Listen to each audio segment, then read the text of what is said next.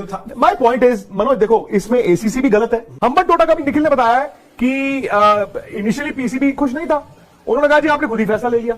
बताया नहीं भाई आप कमजोर क्यों? मैं तो ये कहता हूं अगर पीसीबी होता ना, और मुझे अगर लग रहा है मेरी मांग नहीं और मुझे ये किया जा रहा है, मैं एशिया कप से पुल आउट ही करता।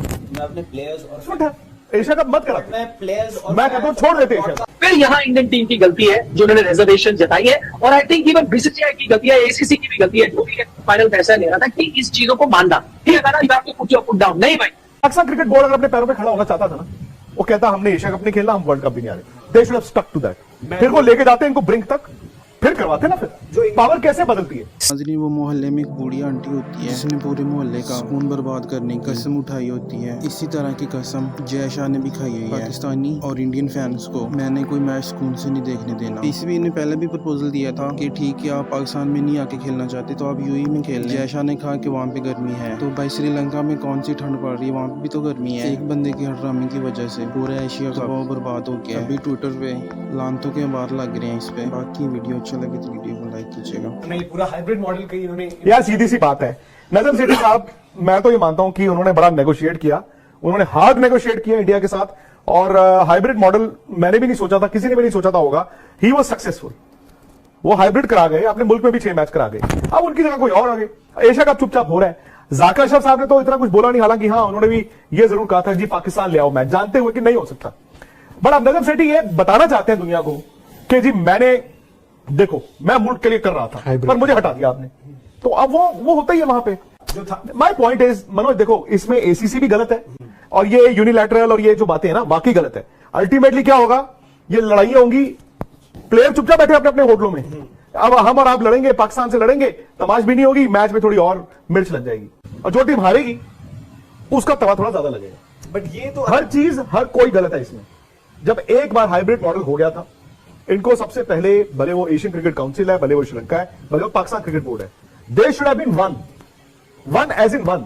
भाई हम तो सुनते थे ना जय शाह और जाकिर अशरफ की मीटिंग्स हो रही थी, उनकी तो बातचीत हो रही थी आपस में, तो जो गिले शिकवे थे, सो मच सो कि उन्होंने बीसीसीआई के ऑफिशियल्स को इनवाइट किया, और वो जो 2 हमारे गए हैं उनको लेने वो बॉर्डर तक आ गए।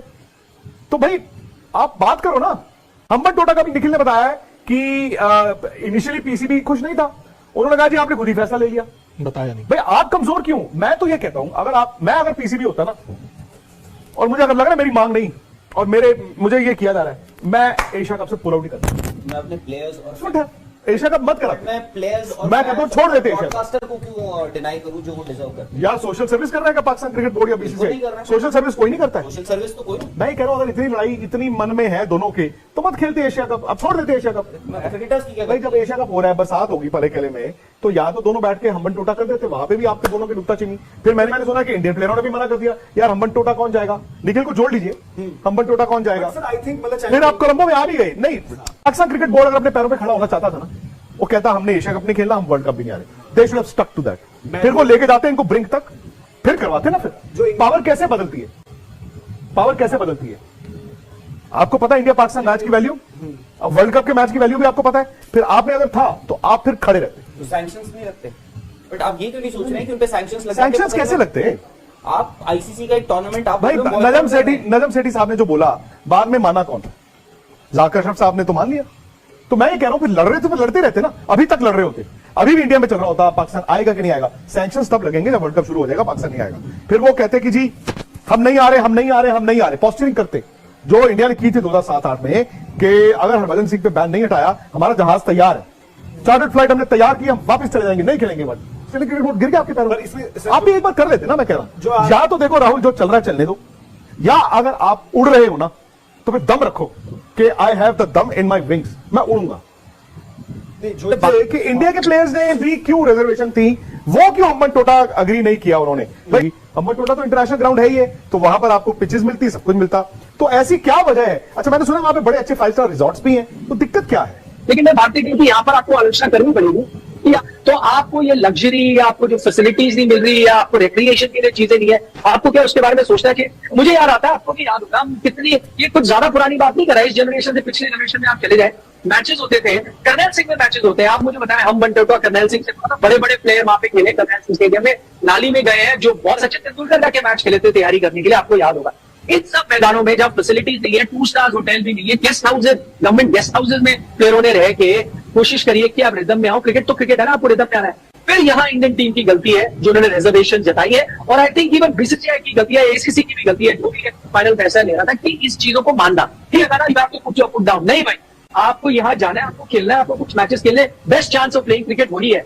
अभी तक आपने बोला कि नहीं टीम वहां नहीं खेल रही वेस्ट इंडीज में, क्यों? हम मैच सिमुलेशन करना चाहते हैं, मैच सिमुलेशन तैयारी। मैच सिमुलेशन से क्या हुआ? शाहिशाह अफरीदी ने बॉल डाली, मैच सिमुलेशन में नहीं हो पाया ना आपसे, आप आउट हो गए।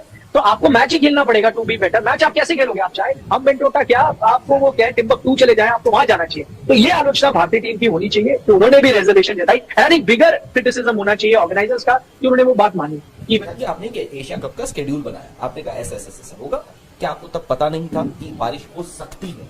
मैं नहीं बोल रहा हूँ कि बारिश होगी, ये तो खैर किसी को नहीं पता।